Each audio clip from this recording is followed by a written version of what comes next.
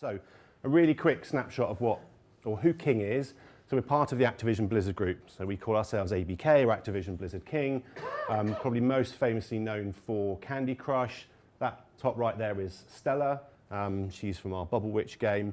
And some of the other games you'll heard of, like Overwatch and Call of Duty, etc. So that's who we are. We're about 2,300 people worldwide, probably about 400 or 500 in London. So this is our process. So it starts with a kickoff. This is kind of you taking your brief. It's your chance to get to speak to the hiring manager, find out everything you need to know about the role, not just kind of what skills you need and you don't need, but where's this person going to fit into the organization, what's in it for them, how would you sell the team, check all the basics, make sure you even know the location is right before it's come to you, and to plan the interview process and who's going to be part of that interview panel.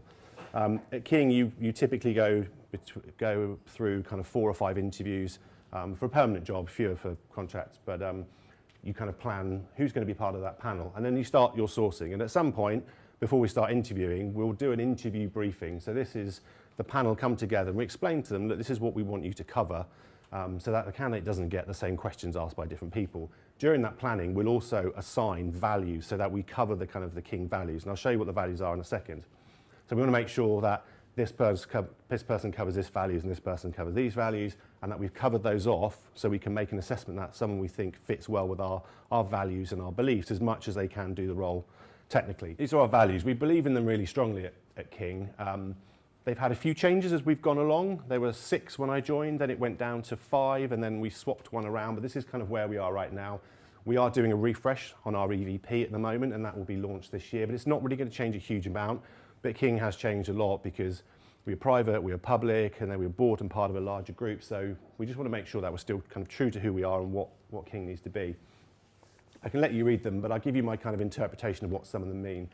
The one that people always kind of get confused as, like fun and friendly. What does that mean? Does it mean having fun and going to parties? Which, yeah, there's some of that, but actually you can talk with a fun tone of voice. You can have a bit of fun with people on email. Senior people aren't really strict and too corporate.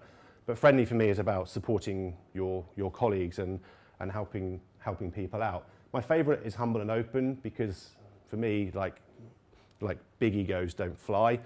You'll probably upset people. There's probably big, strong influence from our Swedish side.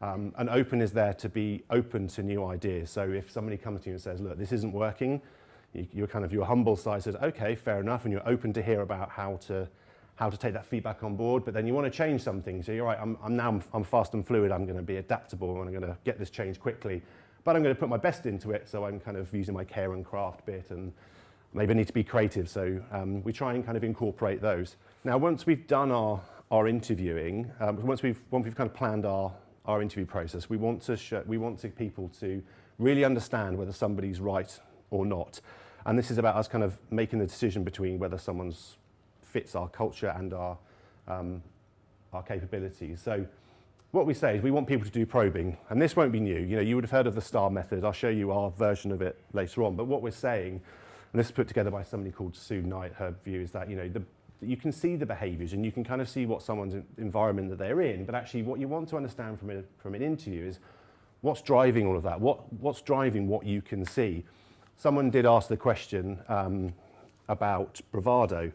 I think in saying, how do you see past that and what's the stuff underneath? And that's what your job is as an interviewer, or your hiring managers or interviewers, is their job to try and uncover what is beneath the kind of the stuff that you can see. So it's those values and beliefs, and even someone's capability drives kind of how they come across. If they're really confident in what they do, then that will come through.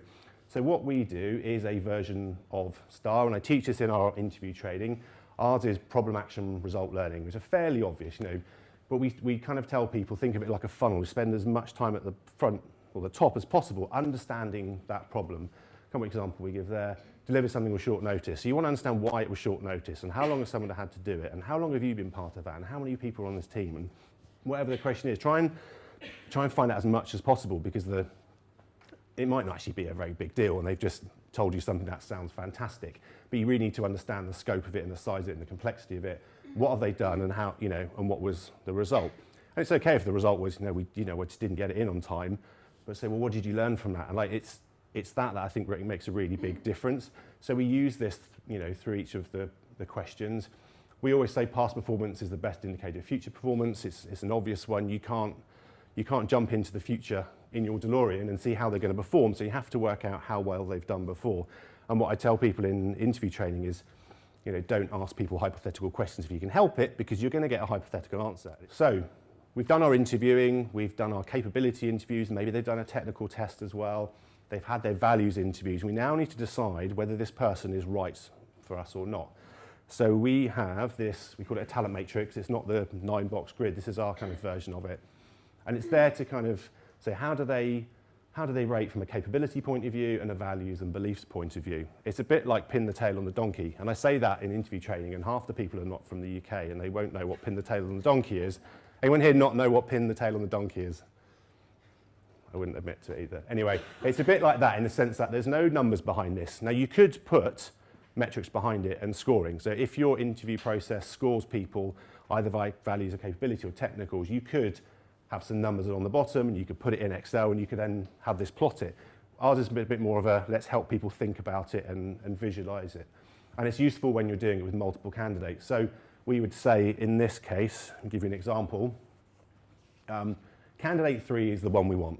Candidate 3 is high on capability and really strong fit for our values. So we want to hire candidate 3. Now, candidate 2, fairly technical. Let's say that number 2 was even further over and they were super experienced, but they were really on values and beliefs. We would kind of worry about that person.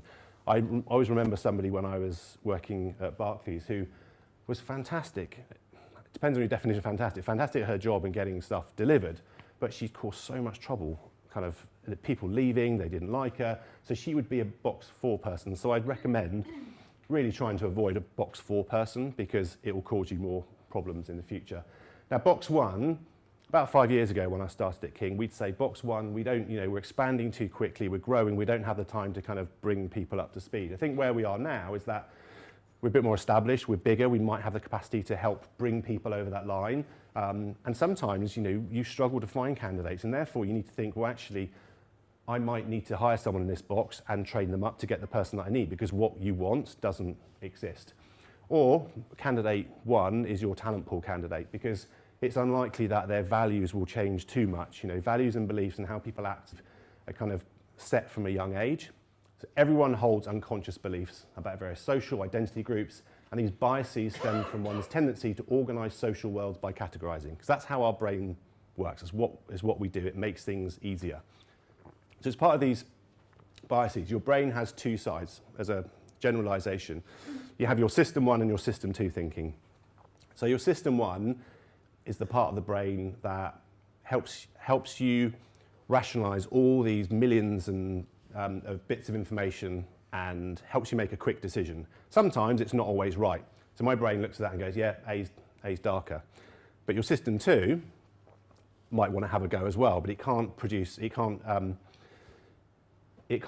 as much information as system 1. And that's useful. System 1 is there to help us make sure we jump out of the way of a bus that's going to hit us. You haven't got time to think about it. Your system 2 takes a lot more glucose and thinking. And if you think about a day where you've just been sat down all day at work, but you've been using your brain a lot, you can feel really tired. You haven't been running around, but you still feel tired because you've been kind of working it. So system 1 is great.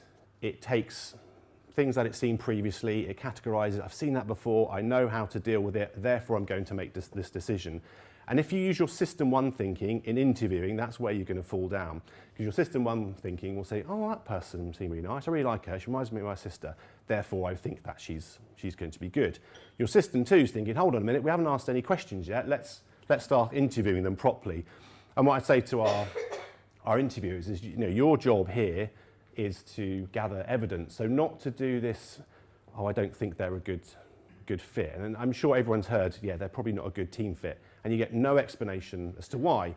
And what we want to do is make sure that they're using interview questions, which is you're starting to use your system 2 rather than making assumptions about these people. Another bias, which I think is really useful to be aware of and to help your interviewers understand that it's there, is a similarity bias. So this is, I'm looking for someone to fit the team, and without even interviewing them or using, say, your values to assess is, okay, well, they're a bit like me. They're wearing a t-shirt, same as I wear, or they got the football shirt, or I interview a guy and he's bald and he's got a beard, and I think, I like this guy's look, he's rocking it, and I want to hire that person rather than someone who's completely different to me. So if you're aware of this, it's really useful. One of our psychologists in Barcelona gave me this as an example. It's the one that she used when she was teaching people what stereotypes are. And it's really great. You know, you've got Snoop Dogg there. He's a bad rapper. He's in, and see Trailer Park Boys. He's there, he's smoking weed. He's he's got a bad boy persona. She's the one who's been convicted. It's really interesting. So stereotypes are really dangerous as well. You know, putting people into boxes, like categorizing people, whether it's because of the company they've worked at, or the job they've had, or something that's happened, or it's because they've had time out for a while. Is, you know, let's be aware of these. As a tech company, we want to try and improve this. We've got really kind of stretch targets in really positive ways, you know, for us to make our intake 50-50 male and female by 2020. So what we want to do is we want the best person for the job, the most qualified, the person that fits our values. You can ask flip it questions. So we say, you know, what if this person had this experience, or what if they had a firmer handshake, or a different accent? You know, how can you think about someone in a different way? Like, okay, well, this person had this background, but what if they didn't? Try and just kind of reset what your brain's trying to make you do it. So how can you do it? If you don't have values, it's a great way to come up with some, or even some basics for how you interview, how you want people to behave, how people behave at work. I realise that creating, you know, a big all singing all dancing EVP can be a big job. If you've got something already, think about the behaviours that are associated with those values and come up with some questions that you can then ask, and you can use those as kind of feedback. Create some interview training, start getting interviewers and hiring managers to start thinking about this.